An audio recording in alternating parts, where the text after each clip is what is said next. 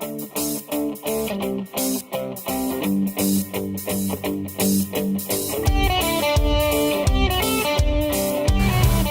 everybody, this is the 3D Printer Chat Show, the podcast for 3D printing, and I'm Chris Garrett and I'm here today with Miles. How are you doing, Miles? I'm doing good, man. How are you doing, Chris? I'm doing okay. Usually when you ask that, it's usually like out of politeness and you don't really want an answer, but I'm doing okay. How are you doing? Trudging on, trying to get through things. Plowing through. And you just had a little bit of travel. You've just been to Birmingham, right? Yep, for the TCT show, which is the best 3D printing and additive manufacturing show. Anyone who can make it to Birmingham next year, I highly, highly recommend it. It's great. So you're saying best in the world? A lot of people are saying that. A lot of people who go to a lot of these different conventions, and a lot of people at the booths who go to, especially European conventions at least. I can't speak for the US ones, but I had a lot of people commenting to each other and to me when I asked about what other shows should I attend. They said this was the best show. Just keep coming to this one. Right. So how did you get to go to that, and what brought you there? What was the thing that made you go? Well, thankfully, I live in London, so it wasn't crazy expensive to get up there. I definitely would recommend going for more days now. But last year I pretty much went around the whole thing in one day. This year I didn't get round half of it in the day I went, and I really wanted to go the other days, but it's like, you only booked one day, Mars. Just let it go. So it's grown then? It was bigger. It was about maybe 60% bigger. It was a lot bigger. Yeah, it was really good. It was really healthy as well. I liked the fact that there were lots of big companies. 3D Systems was there, Stratasys was there, but you also had very small companies, just 3 people. So it was a very healthy mix of high-end, multi-million-dollar companies and small startups. And you went for your own interest and enjoyment? You didn't go as part of any company, or? I went and met up with a lot of people from companies, but I went there, on my own, just to see all the cool stuff, to keep up to date, to meet cool people. Yeah. There's lots of cool people. Said hi to Joe Prusha, Thomas Sandlander, however I pronounce your name. I'm sorry, Tom. There's lots of cool people up there. It's a good community of people, and it's nice to get perspective of how the market is doing and what people are feeling and thinking. Yeah, and that's pretty brave of you, because a lot of the people who went were A, sponsored, and B, going as a group, right? Yeah, I guess. I don't know, nerds aren't that intimidating. So I definitely, yeah. I mean, yeah, going outside is, stay inside with the print as well. It's dangerous out there these days. But I would say it was a pretty welcoming show. I didn't get any crazy vibes. It's not like going to Comic-Con where it's just like, and the people are everywhere. They will smother you. So, friendly and accepting rather than intimidating and scary. Yeah, if you're a person who's sensitive to sort of large crowds and large groups of people, I don't think you'll have problems at that show, which is good. Everyone was nice. Cool. So what were the highlights? You said you met Joseph, you met Tom. Was it the personal side that there was a highlight, or was there some technology there you liked? Going to one thing you'll notice when you go to these kind of shows is you wish you're a millionaire. If you are a millionaire, then keep your checkbook at home, because there is some really, really interesting stuff. It was nice to meet cool people from the community. I need to go for more days so I meet more people. Like, I wanted to see a bunch more people who I didn't get to meet. But I would say it was very good to see machines in person that you don't normally get to see, because there aren't a lot of dedicated 3D shops that you can go to, especially in the UK. If you don't live in London, there's almost nowhere where you can go and just see a Sigma or see a MakerBot or see Prusa, other than like awkwardly asking to go around people's houses, which isn't really going to work. So it is nice to be able to go and see different things. So when someone comes to me and says, "Oh, Mars, have you heard of this printer?" I haven't just seen the spec sheet and watched some great YouTube videos on it. I've actually seen it in real life, and that does add a lot of color, I say, to my recommendations or my knowledge of 3D printing in the current market. Desktop Metal blew me away. The SLS? Desktop Metal, not the SLS one. They've basically like made FDM 3D printing with metal. Cool. They've got like these metal rods in this furnace thing that they got. And they had them there. The only thing they didn't have running was the furnaces because, heat and health and safety. Health and safety stuff. But their printer was super robust. It wasn't loud and obnoxious, and it was there printing just straight up metal like it had been CNC milled. And it's science fiction. If I owned an aerospace company or a rocket, if I owned one of those companies, I would be over the moon right now with that. And it was like $100,000, which at that kind of scale is. But for an automotive company, it was just it's like really, $100,000 is like very, very much a low cost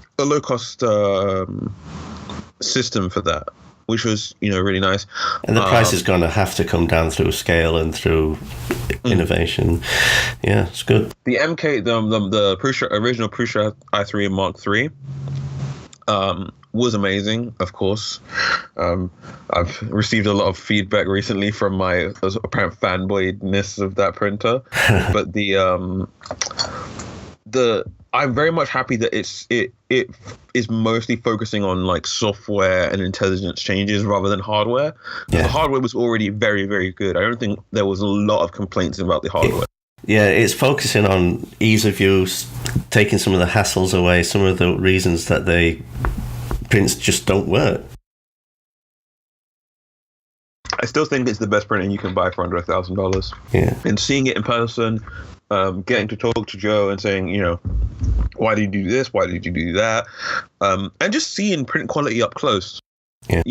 There's a limit to how much you can get across through YouTube videos and a limit to how much you can see over the internet. Yeah, we've seen actually on some of the photographs and YouTube videos that selective lighting, photo effects, you can make something look like it's better quality, but when it's right there in front of you and you can see what it's outputting and how it's outputting, that makes a big difference, doesn't it?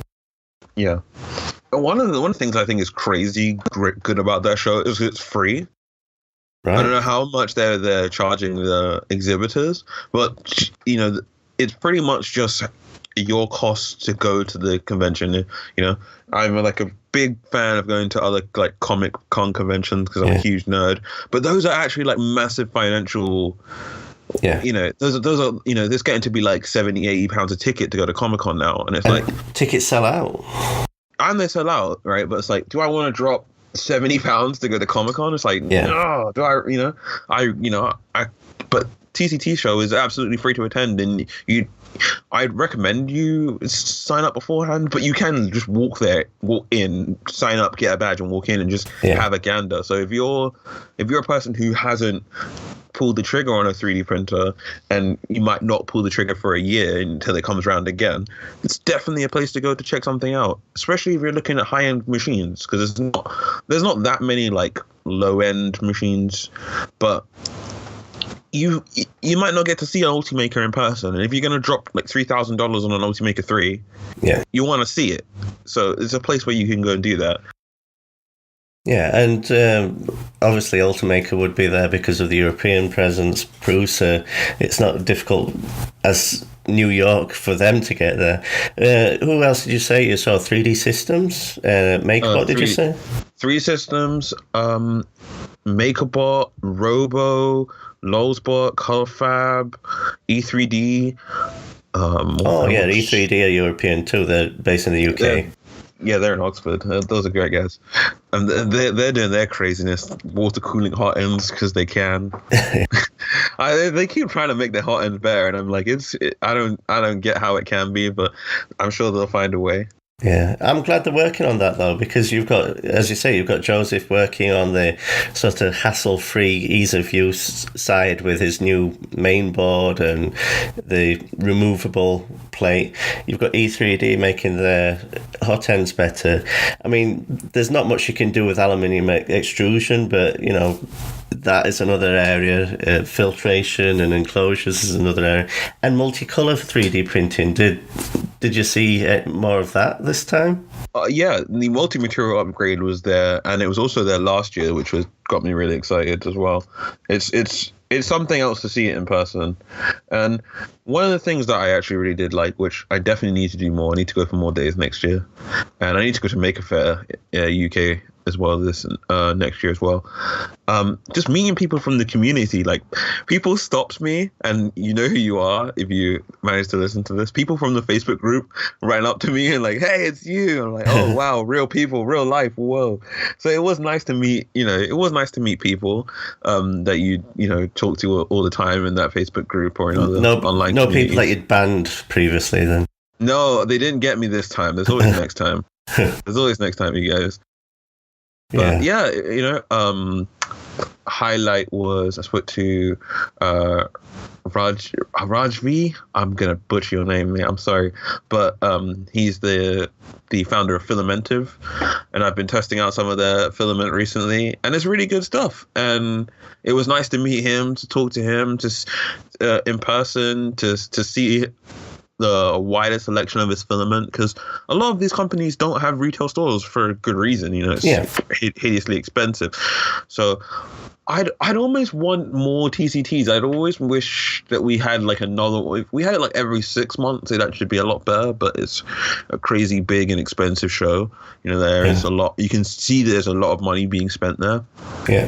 To get that all together, but so it's more the industrial side, though. It's more the prosumer upwards. It is prosumer, but there is stuff there if you're just a guy. Yeah. But you will want to spend a lot more money than you probably have.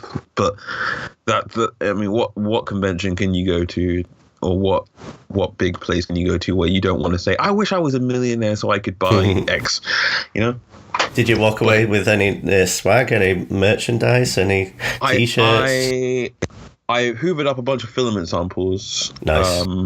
That is always good and that is also a great thing that people do, and that more companies should give.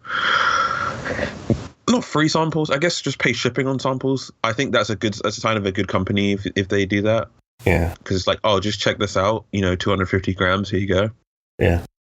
Yeah. Unfortunately, where I am, people don't tend to send even filament sample. I prefer even samples be on a spool, though, because I don't like how they tangle and get loose and stuff. But where I am, people don't really send me filament to review unless they're really, really excited about the filament, just because, or try out, just because a kilogram is an expensive thing to ship in Canada. So you got that problem. You don't have the population density for cheap shipping. Yeah, I just bought some $50 filament, and I had to pay $18 import duty on it.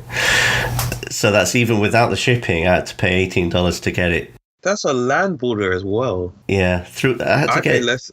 I paid that for it to cross my threshold. It wasn't even the shipping. That was just to let the post person hand it to me. Yeah. So if any filament company is out there that wants to send me free stuff, I will gladly give you all the publicity you want, because nobody sends it to me because of where I am. I'm in Calgary. It's hardly the middle of nowhere, but because a kilogram is a lot to ship.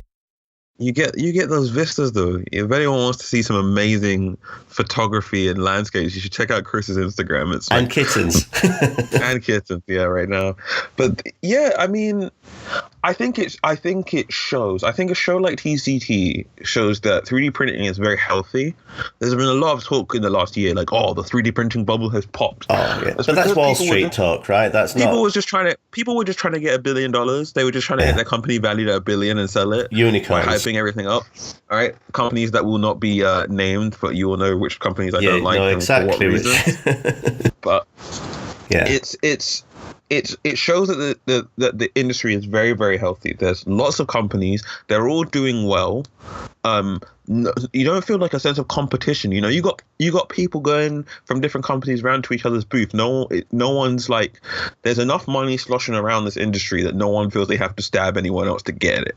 Yeah. You know, it's not like supermarkets where they're just like, come to us, and we have the same things. It's I didn't think I saw a single booth where I didn't see something compelling. Even if I didn't see it was compelling to me, it's like I didn't see anything that was just outright silly. It was lots of good people, lots of smart people giving good ideas, good perspectives. Yeah, it was just a very interesting show. I think even people who don't own 3D printers would find going around that for a day for free, especially if you live in Birmingham. If you live in Birmingham, you know, you can get a train there. Yeah, well, Birmingham's a train hub, right? You can get there from it's right by the airport, which is also a great convention center for the international companies to come, because it's literally less than 5 minute monorail ride to the airport. I went to the airport to go get Burger King. It was like it was really easy to go. So I think it's a very good place to have a show. I think it's a great way the show is set up. The organizers do a fantastic job. You know, there wasn't any crazy lines. There wasn't like overbearing security. It was a great show, and every show should be like that. Is this date set for 2018 yet? I believe so. I think it's the same month. I think it's in September again. Right. So maybe a 3D printing Facebook group meetup is in the cards.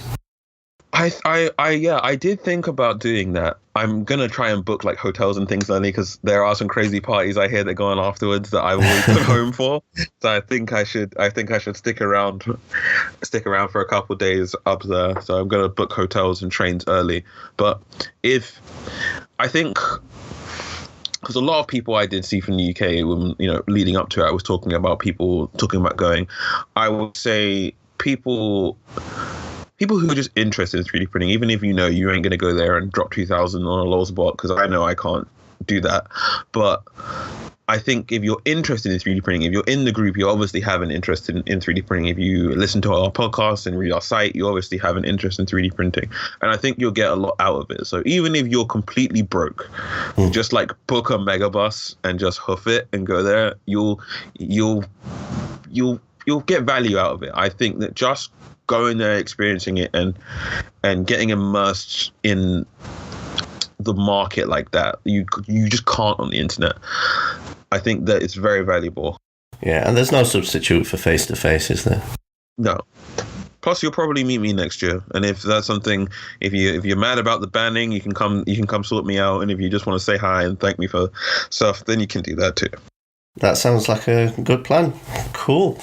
So, yeah, I'll see if I can get us over to the UK, so then we can finally meet in person. Either that, or you come to the Mid-West RepRap Festival. Either or.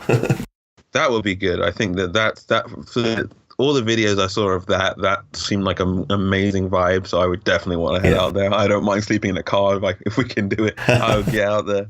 Yeah, it's the Midwest, so I'll be sleeping right next to you, I guess. So cool. That's our episode for today, and it sounds like you gave it 5 stars, right, Miles? You think it's definitely thumbs up? Definitely a good show. Thumbs up to the people who make that happen. There's definitely a lot of hard work, you know. When something is done so well, you don't even realize it's happening. Yeah. The organizers of the TCT show, double thumbs up from me, and I think double thumbs up from everyone attending. It was Excellent. A great show. Cool. Thank you, everybody, for listening. Thank you for subscribing. Please give us a review if you haven't already. And thank you, Miles, for talking to us today. Thanks, Chris. See you soon, guys.